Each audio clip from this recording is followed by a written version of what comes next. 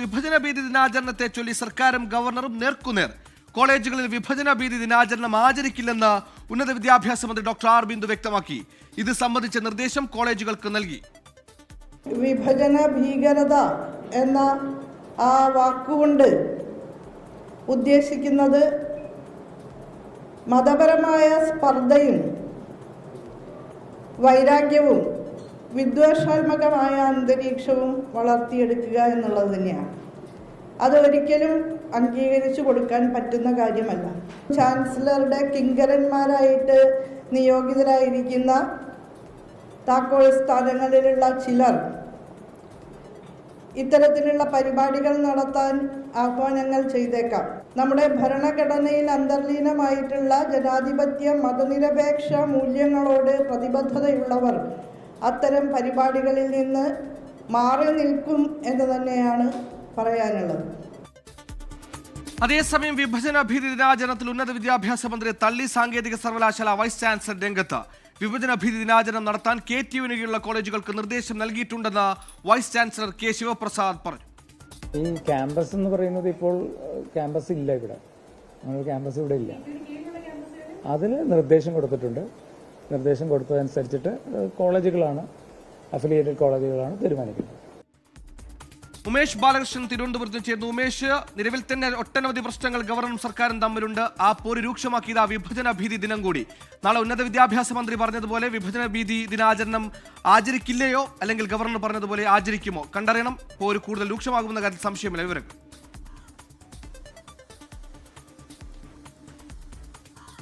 തീർച്ചയായും സുഹേലെ, കണ്ടറിയണം എന്താണ് സംഭവിക്കാൻ പോകുന്നതെന്ന്. അത്തരത്തിലേതെങ്കിലും നടത്താൻ ശ്രമിച്ചാൽ തടയുമെന്ന് SFI അറിയിച്ചിട്ടുണ്ട്. ഇത്തരത്തിൽ നടത്താൻ പാടില്ല, വിഭജന ഭീതി ദിനാചരണം നടത്താൻ പാടില്ല എന്ന് ഉന്നത വിദ്യാഭ്യാസ മന്ത്രി, പ്രോ ചാൻസലർ കൂടിയായ ഉന്നത വിദ്യാഭ്യാസ മന്ത്രി ഇപ്പോൾ പ്രതികരണവും നടത്തി കഴിഞ്ഞു. എന്നാൽ ഇപ്പോൾ നമ്മൾ അല്പം മുൻപ് കേട്ടത് KTU വൈസ് ചാൻസലർ, താൽക്കാലിക വൈസ് ചാൻസലർ കൂടിയായ കെ ശിവപ്രസാദിന്റെ ബൈറ്റാണ്. അദ്ദേഹം പറഞ്ഞത് KTUവിന് കീഴിലുള്ള എല്ലാ കോളേജുകൾക്കും ഇത്തരത്തിലൊരു നിർദ്ദേശം നൽകിയിട്ടുണ്ട്. അത് നടപ്പാക്കേണ്ടത് ആ കോളേജുകളാണ്. കോളേജുകൾ നടപ്പാക്കിയോ ഇല്ലയോ എന്നുള്ള റിപ്പോർട്ടുകൾ തുടർന്ന് VCക്ക് ചാൻസലർക്ക് നൽകേണ്ടതുണ്ട്. അത് പിന്നീട് തീരുമാനിക്കും. അത്തരത്തിൽ എന്തെങ്കിലും നടപടി എടുക്കണമോ അല്ലെങ്കിൽ റിപ്പോർട്ട് തേടണമോ എന്നുള്ളതെല്ലാം. എന്തായാലും ഇത് നടപ്പാക്കണം, വിഭജന ഭീതി ദിനാചരണം നടപ്പാക്കണം എന്നുള്ള കൃത്യമായ നിർദ്ദേശം എല്ലാ കോളേജുകൾക്കും നൽകിയിട്ടുണ്ട്. അതിൽ നിന്ന് പിന്നോട്ട് പോയിട്ടില്ല എന്നുള്ള നിലപാടിൽ ഉറച്ചു നിൽക്കുകയാണ് ഇപ്പോൾ കേരള സാങ്കേതിക സർവകലാശാല. ഇന്നലെ കേരള സർവകലാശാലയും സമാനമായ ആദ്യം ഒരു സർക്കുലർ പുറത്തിറക്കിയെങ്കിലും വൈകിട്ടോടുകൂടി അത്തരത്തിലൊരു ദിനാചരണം നടത്തണമോ വേണ്ടിയോ എന്നുള്ളത് അവർക്ക് തന്നെ തീരുമാനിക്കാം, അല്ലെങ്കിൽ കോളേജുകൾക്ക് സ്വന്തം നിലയിൽ തീരുമാനിക്കാം എന്ന നിലയിൽ ഒരു സർക്കുലർ പുറത്തിറക്കിയിരിക്കുന്നു. അതിനുശേഷം വൈസ് ചാൻസലർ മോഹനൻ കുന്നുമേൽ മറ്റൊരു നിർദ്ദേശവും നൽകിയിട്ടുമില്ല.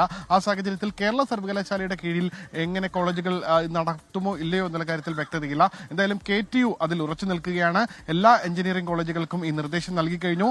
ഇനി അത് നടപ്പാക്കണമോ വേണ്ടയോ എന്ന് തീരുമാനിക്കേണ്ടത് കോളേജുകളാണ്. അത്തരത്തിൽ നടപ്പാക്കിയാൽ അത് തടയുമെന്നുള്ള നിലപാടിൽ SFIയും ഉറച്ചു നിൽക്കുന്നു. ഇന്ന് വിവിധ കോളേജുകളിൽ SFIയുടെ പ്രതിഷേധമുണ്ടായിരുന്നു. കേരള സർവകലാശാല ആസ്ഥാനത്തും SFIയുടെ പ്രതിഷേധമുണ്ടായിരുന്നു. എന്തായാലും ഇത്തരത്തിൽ ഏതെങ്കിലും രീതിയിൽ നടപ്പാക്കുന്ന നിലയിലേക്ക് കോളേജ് അധികൃതർ എത്തിയാൽ, ഒരുപക്ഷെ സർക്കാർ കോളേജുകളോ മറ്റോ എത്തിയാൽ അത് തടയാൻ തന്നെയാണ് SFIയുടെ തീരുമാനം. പക്ഷേ എയ്ഡഡ്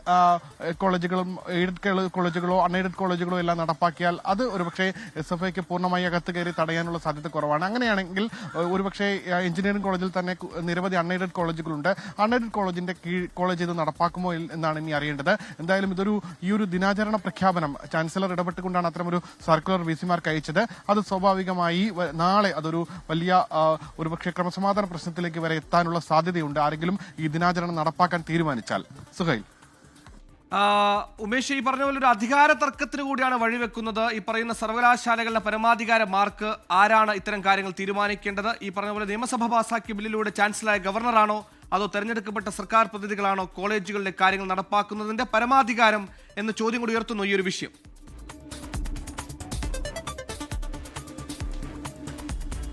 സർവകലാശാലകൾക്ക് ഇപ്പോൾ മന്ത്രി അടക്കം പറയുന്നത് സർവകലാശാലകൾക്ക് ഈ പരീക്ഷാ നടത്തിപ്പ് ഒപ്പം ഇതുമായി ബന്ധപ്പെട്ട മറ്റ് അക്കാദമിക് കാര്യങ്ങൾ മാത്രമേ നിയന്ത്രിക്കാനോ നിരീക്ഷിക്കാനോ ഉള്ള അവകാശമുള്ളൂ. അല്ലാതെ ഒരു ഒരു പരിപാടി നടത്തണമെന്ന് നിർദ്ദേശിക്കാനുള്ള അവകാശം സർവകലാശാലകൾക്കില്ല. അതായത് കോളേജുകൾക്ക്, ഈ സർവകലാശാലകളിൽ സാധാരണ അഫിലിയേറ്റ് ചെയ്ത കോളേജുകൾ പ്രവർത്തിക്കുന്നുണ്ട്. ആ പ്രവർത്തിക്കുന്ന കോളേജുകളോട് ഇത്തരത്തിലൊരു സെമിനാറുകളോ അല്ലെങ്കിൽ അതുമായി ബന്ധപ്പെട്ട നാടകങ്ങളോ മറ്റ് കലാപരിപാടികളോ സംഘടിപ്പിക്കണമെന്നുള്ള നിർദ്ദേശം നൽകാനുള്ള ഒരു അവകാശമോ അധികാരമോ സർവകലാശാലകൾക്കില്ല. അത് നിരീക്ഷിക്കാനുള്ള അവകാശം മാത്രമാണ് സർവകലാശാലകൾക്കുള്ളത്. അത്തരത്തിൽ ഏതെങ്കിലും പരിപാടികൾ സംഘടിപ്പിക്കണമെങ്കിൽ അത് നിർദ്ദേശിക്കേണ്ടത് സർക്കാരാണ് എന്ന നിലപാടിലാണ് ഇപ്പോൾ സർക്കാർ ഉള്ളത്. അത് തന്നെയാണ് ഉന്നത വിദ്യാഭ്യാസ മന്ത്രി പറഞ്ഞത്.